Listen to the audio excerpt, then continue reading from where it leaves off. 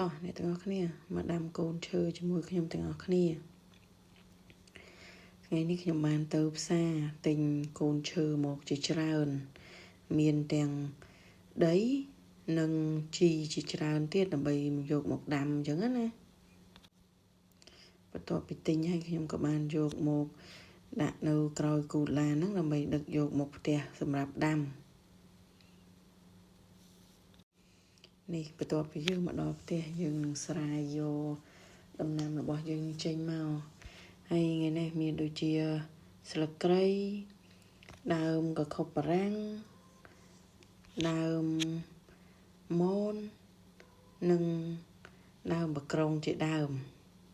តិចទៀតខ្ញុំនឹងបង្ហាញអ្នកទាំងអស់គ្នាអំពីការដាំដើមកខុបបារាំងយើងមានដីមួយការុងហើយនឹងសក្តីដូងមួយការុងដើម្បីលាយសម្រាប់ដាំដំណាំរបស់យើងហ្នឹងណាព្រោះជីវិតរបស់យើងគឺត្រូវការតភ្ជាប់ជាមួយនឹងរុក្ខជាតិដែរអ្នកទាំងអស់គ្នាកាលណាដែលយើង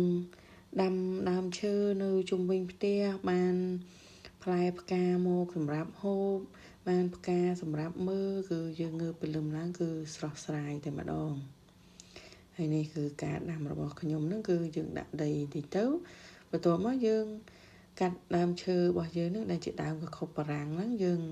រៀបចំដាក់ដាំចូលក្នុងថូរបស់យើងហើយសម្រាប់ការដាំហ្នឹងគឺអ្នកទាំងអស់គ្នាអាចមើលក្នុងវីដេអូហ្នឹងបានគឺអត់មានពិបាកអីទេអ្នកទាំងអស់គ្នាគ្រាន់តែដាំអញ្ចឹងមក